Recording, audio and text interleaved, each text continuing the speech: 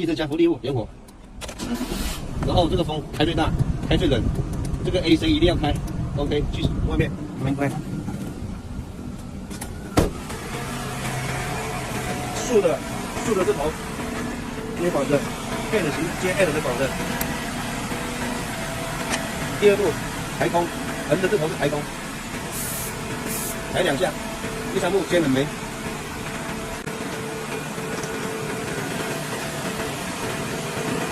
左底放冷媒。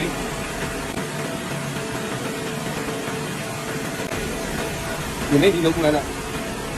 第4步可以开始加了。2个压，我们加到2个半，流进去了。